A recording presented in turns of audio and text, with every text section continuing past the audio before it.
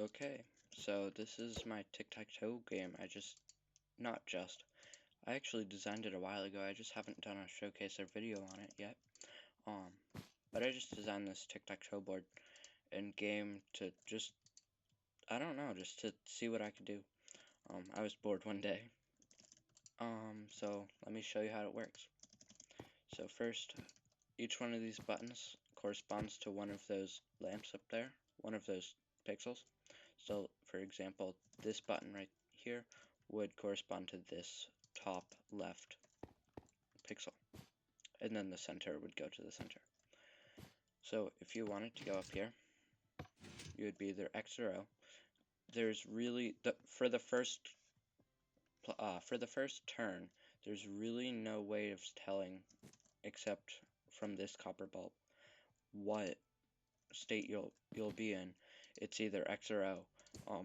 That depends on the last game, how the last game ended. So if this is on, the next pixel will be an O.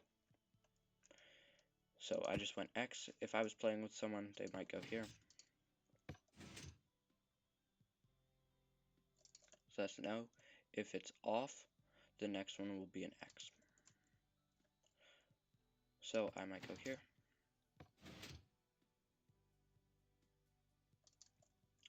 Then they would probably block me. Oh, I misclicked. Sorry. But anyways, X would win if they went there. Oh, yep, okay, so that's the point I was gonna get to. So it just messed up. That should have been an X, right? If it ever messes up, come down here and write down what game it messed up on. So in the X crafter right here, it says X. Write down every point that was X. So those two. And it says up here, write it on. Write it in. And then on O, write the pixels that were messed up there. And then you can click that to just say, hey, if you play this game again, it might mess up. But now we can click reset, and it actually has a reset mechanism. It does work. It's a little slow though. Whoops. About 30 seconds actually it takes to reset. But you can see it going away there. It goes pixel by pixel. So the whole reset mechanism is this point and backwards. So when I pressed that button, it powered this line, turned on this copper bulb, or turned it on, and then it actually turned on this clock. Except nope, it actually turned that off. It's done now. That's why I got confused. But it actually turned this clock on and started going away. It started this shift register. If we go into spectator mode, it started this shift register, and this shift register says what column it's gonna read from.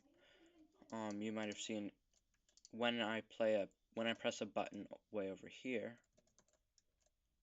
this one, way up here, this copper bulb turns on, which says write a 0 to here, and then this one also goes on because I couldn't get enough information out of just one, like the pixel that I had here. It was so compact. I had to actually mirror the pixels to back here so I could access that information, and if it was on, I say reset it. So if this pixel is on and it's resetting, it's going to unlock this comparator lock, and the signal will travel along here, and it will say, hey, I came from this column, or this row, sorry. And it will also say, hey, I came along from this column. And it will actually reset it by toggling it again.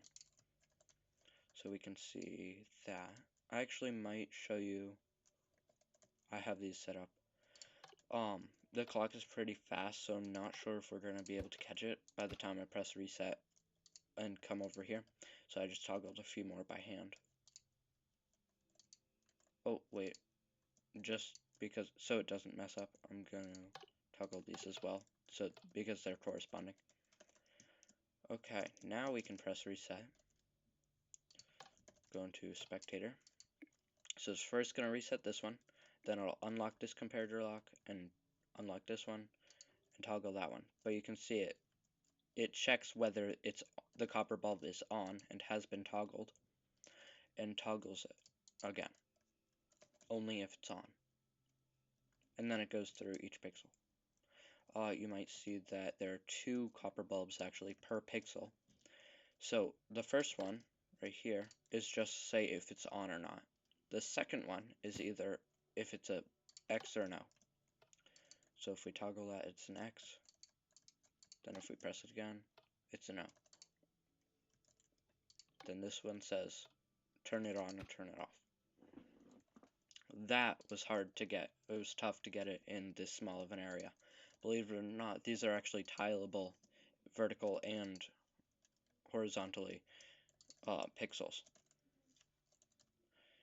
If you would like, I can actually leave, depending on what the comments are in this video, I could leave a structure block file in the description of what this pixel is, of 1 pixel, just so you can take a look at that.